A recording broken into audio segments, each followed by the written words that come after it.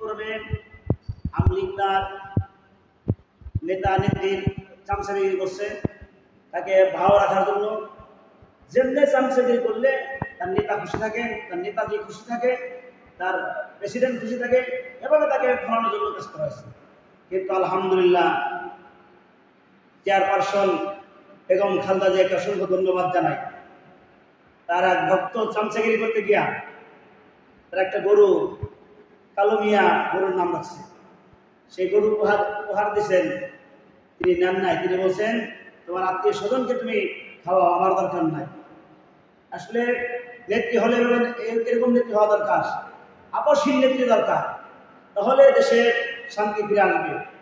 এরপরেও একটা দল এখানে ইদানিং বেশি বাড়াবাড়ি করতেছে, বারবার বলা হইতেছে যে দেশকে শান্ত করার জন্য, দেশকে শান্ত রাখার জন্য, কিন্তু বিএনপির কিছু পাতি নেতা আজ প্রত্যেকটা মহল্লা থেকে এরকম ভাবে চাঁদা উঠাইতেছে।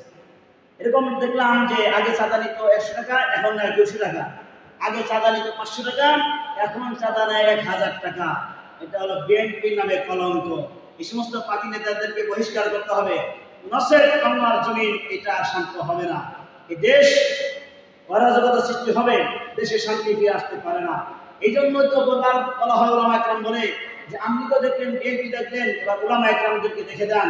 ওলামা একরাম যখন কোরআন অনুযায়ী দেশ চালাবে, সে দেশ হবে স্বর্ণের দেশ, মদিনার আদর্শের দেশ হবে।